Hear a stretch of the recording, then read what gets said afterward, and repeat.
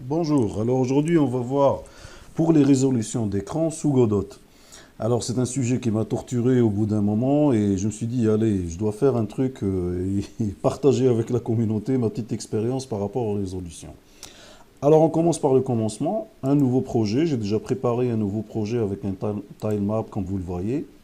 Et on va aller sur les paramètres de projet pour voir la résolution par défaut d'un projet quand vous le créez sous Godot. Alors par défaut, c'est du 1024 x 600, ok? Et donc, selon la nature du projet, ça peut être adéquat ou pas, mais rassurez-vous, vous avez la possibilité bien sûr de changer la résolution de l'écran ici.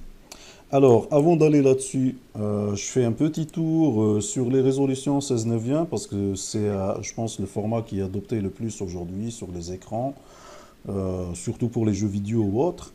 Mais en tout cas, il y a ici l'article Wikipédia qui parle du format 16 neuvième. Je vous le conseille, vous allez, vous lisez, vous jetez un coup d'œil.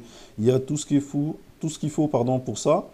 Et j'ai récapitulé l'ensemble des résolutions dont j'ai besoin jusqu'à la résolution HD. Ce qui suffit largement pour le genre de projet que je fais, ce qui me passionne, en général du pixel art 2D. Et là, vous conviendrez que j'ai pas vraiment besoin des grandes résolutions pour travailler.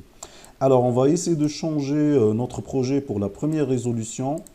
Et je vous montre d'abord mon tableau que j'ai fait sur une feuille d'Excel. Comme ça, je peux savoir l'ensemble des résolutions dont j'ai besoin et que je n'ai pas à chercher par la suite ailleurs la résolution. Donc on va adopter la première résolution, c'est du 256 fois du 144 en hauteur et qu'on va renseigner directement sur les propriétés de mon projet Godot. Donc je reviens sur la fenêtre de propriété, non, je reviens sur Godot, projet, paramètres. Et ici, qu'est-ce que je mets? Je mets les résolutions que j'ai à partir de ma fenêtre, c'est-à-dire la hauteur en 256. Voilà. Et pour la hauteur, je mets du 144. Et je clique sur fermer. Et a priori, vous remarquez que maintenant que la surface elle a changé, c'est les petits, ce que vous voyez ici. Et j'ai pris soin de rajouter un tilemap avec du 16 x 16 pixels. C'est pas fortuit parce que c'est ce que je vais utiliser sur mon projet par la suite. C'est-à-dire, j'utilise des tilesets de 16 x 16 pixels.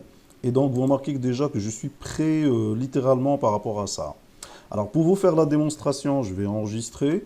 Et je fais d'abord un play juste pour afficher la résolution. Alors vous remarquez que ça ne change pas grand-chose parce que par défaut j'ai agrandi ma fenêtre. Mais a priori vous remarquez que une petite résolution signifie que la fenêtre c'est petit. Ok? Donc vous l'avez ici. Alors on continue et entre-temps j'ai pris la peine de rajouter un background sous forme de sprite, le plus simple du monde. Et bien sûr, j'ai préparé mes tiles, mes tuiles pour remplir mon monde le plus efficacement possible et faire notre démon.